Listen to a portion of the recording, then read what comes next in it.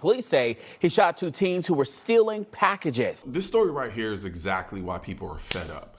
Because on one side, you got criminals going around stealing packages like it's a part-time job. And on the other side, you've got law-abiding people being told, just accept it. Until one guy didn't. And now he's the one sitting in jail. Watch this. Another big story out of Atlanta is the homeowner now facing criminal charges after police say he shot two teens who were stealing packages. Now, medics rushed both those teens to Grady Memorial Hospital. Let's be clear about something from the jump. These weren't misunderstandings. These weren't accidents. This was theft. And somehow the only person in handcuffs is the homeowner. This Southwest Atlanta homeowner now finds himself in the Fulton County Jail charged with not one but two counts of aggravated assault after allegedly shooting these two teens that he said were taking packages from his front porch. Now, Atlanta police say Bradford shot Jamari Smith and Caden Williams at his home on Celeste Lane in Southwest Atlanta. Two felony charges. Aggravated assault, not a citation, not a warning, straight to jail. And that alone should tell you how upside down this system has become. The teens apparently saw a white delivery truck drop some packages off, and they had agreed to steal those packages according to the warrant that we've read. The teens say before they could get to those packages, though, Bradford started firing. So let's pause right here. The packages were the target. The house was the target. The homeowner didn't go looking for them. They came to him. And whether people like it or not, this is the kind of situation we're creating more and more of. Now, suspect Bradford also called a co-worker that lives in the area and said he was cleaning his gun at the time. We believe a property crime was occurring, that some packages were being taken off of a front porch. The homeowner did discharge his weapon to stop that theft of the packages. That sentence right there is the entire controversy. A property crime, a gun used to stop it, and now we're going to pretend to be shocked that someone finally snapped. Before I go deeper into that, let me say something that fits this moment perfectly. So this story gets framed online as another FAFO moment, and honestly, from a real-world perspective, it kind of is.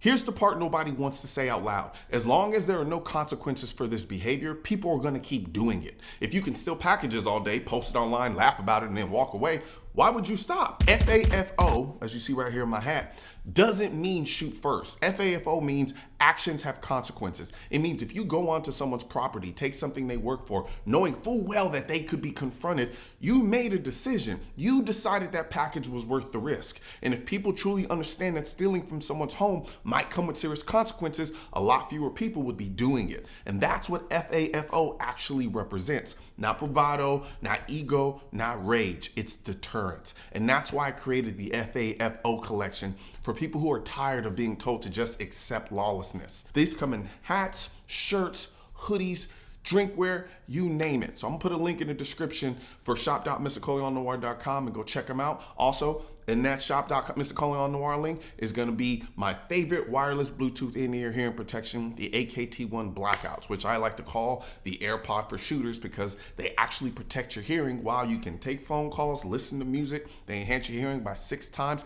and have auto noise blocking. So hit the link in the description section and check them out. All right, now let's talk about the part nobody wants to wrestle with. Here's where I disagree with a lot of the just call the cops crowd. Because in reality, you can call the police all day long about stolen packages. Nothing is gonna happen. No investigation, no follow-up, no deterrence. Meanwhile, people are struggling more than ever. Money is tight, so packages matter. That's not just stuff to a lot of families. So when the system refuses to protect property, but also criminalizes any attempt to defend it, you create a powder keg, and then everyone acts surprised when it explodes. Now, let's be clear, because people love to twist this shit. I'm not saying property is more valuable than life. What I'm saying is this: if you knowingly go onto someone's property, commit a crime, and accept that risk that you could be confronted with deadly force, you made that calculation. You valued that property more than life, not the homeowner.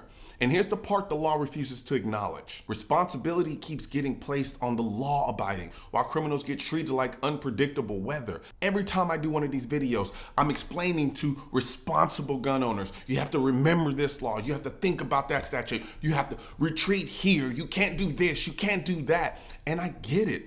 That is the legal reality, but criminals know this too. They know the homeowner has all the responsibility. They know the homeowner has everything to lose. They know they will likely face little to nothing. And that's why this behavior keeps happening. Look at this case. The teen who committed the crime, they're not in jail. The homeowner is. That alone tells you everything you need to know about how backwards this has become. Now, from a legal standpoint, yes, you fire a gun over property theft, you're probably gonna go to jail. That's the system we live in. But from a moral and societal standpoint, it should not shock anyone that people are reaching a breaking point. When theft is normalized, when enforcement is non-existent, when citizens are told to absorb loss after loss, and when criminals face zero deterrence, eventually someone pushes back. And instead of asking, why are people stealing so brazenly, the system asks, why did you react? That's the wrong question. The real question is, how did we get to a point where this felt inevitable? This case isn't about cheering and shooting. It's about acknowledging reality. You don't fix crime by pretending it's harmless. You don't fix crime by removing consequences. And you don't fix crime by putting all the burden on people who follow the rules. Legally, this homeowner may pay a price. That's the system as it stands. But socially, culturally, morally, it's not shocking this happened. It's the predictable outcome of a system that protects criminals and punishes anyone who refuses to be prey. And until that changes, stories like this aren't going away.